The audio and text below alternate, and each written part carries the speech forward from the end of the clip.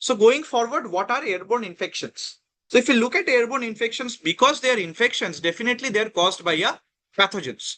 So these are diseases caused by pathogenic organisms that remain suspended in the air. So from there comes this name airborne. Borne means to hold. Okay, so the air, it is as if the air is holding these infections and the air causes these infections. Okay, so before the pathogens, they have been discovered much later. Okay, so but much before the actual pathogens were discovered, much before the germ theory of disease was established, we could understand from the transmission of infectious diseases that okay, air infectious disease is probably getting transmitted by air or by breath or by coughing and sneezing.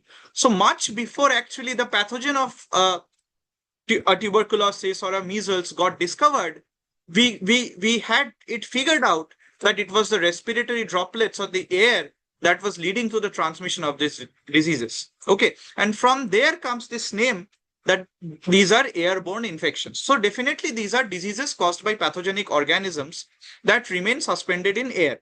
Now, when they remain suspended in air, they can be suspended, they can cling on to dust particles. So they can be suspended on dust particles, or they can be simply present as respiratory or water droplets. Okay, so these are diseases that are caused by pathogenic organisms that remain suspended in the air and are transmitted from person to person.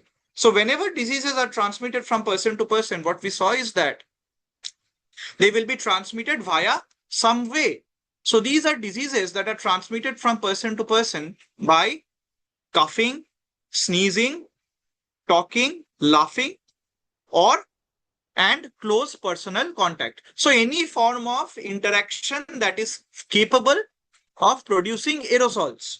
Okay, be it coughing, sneezing, talking, laughing, all of them can lead to transmission of these airborne infections. Now, if we have not covered everything by these terms, coughing, sneezing, laughing, talking, and close personal contact, we will add another term that will make this definition complete, which is or by aerosolization of the pathogenic microbes.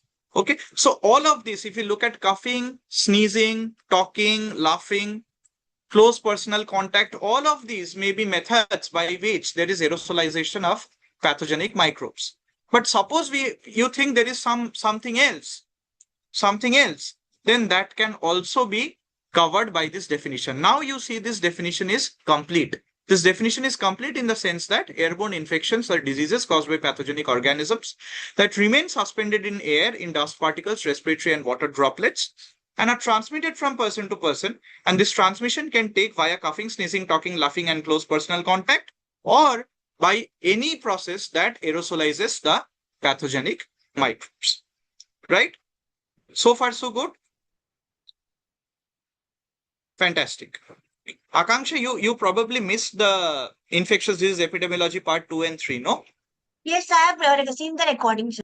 You have watched the recordings? Okay, if you have Yes, any sir. doubts, please reach out, right? Okay. Okay, sir. So going ahead, what are the ওই transmission আগের স্লাইডটা characteristics? ওই আগের স্লাইডটায় যেটা লেখা আছে মানে ওই ওই যে কাফিং স্নিজিং টকিং লাফিং মানে এরোজোলাইজেশনই তো এগুলো সব আবার এরোজোলাইজেশন আমি আলাদা করে বললাম কেন? No, so these are okay.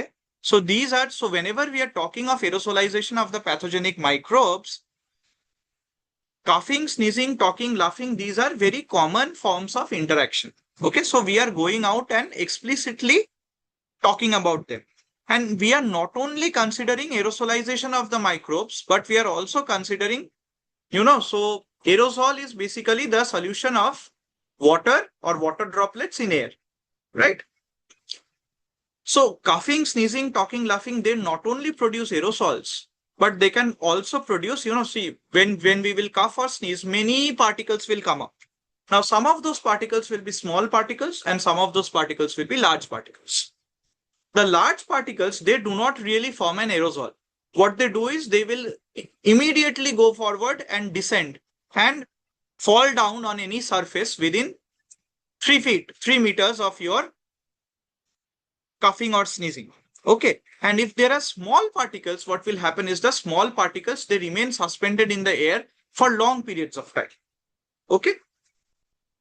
So coughing, sneezing, talking, laughing, and close personal contact, these are common methods of interaction. But in case we have missed something that produces aerosolization of the pathogenic microbes, maybe we have missed here. That also we have to include. Okay. So suppose I am an infected person with, say, measles. Okay. And I am having a runny nose and say a runny nose and dripping water from my eyes, and I am laying down on a pillow cover. Okay, I'm laying down on a pillow. Now one person, I have left the room after sleeping overnight and I have gone. And a person comes and that person wants to change the pillow covers. So they take out the pillow cover and they will, you know what we do with the ঝাড়লো ধরো pillow কভারটাকে বা বেডশিটটাকে ঝাড়লো, ওই and তো that will, বালিশগুলোকে জোরে জোরে মারে, মানে yes, and that will immediately lead to dispersal of the droplets or the water drops that I have left on the pillow cover of the bedsheet, and they will be aerosolized. Okay. So other than coughing, sneezing, talking, laughing, and close personal contact, also there can be other modes of aerosolization of the pathogenic microbes, and that is what we are trying to include here. Okay. So recirculation of the same air by the air condition, that can also contribute to aerosolization of pathogenic microbes. Having an air cooler, it can also contribute to aerosolization of pathogenic microbes. Okay. So all of these things are additional processes by which there can be aerosolization of pathogenic microbes, and that can lead to transmission of airborne infections.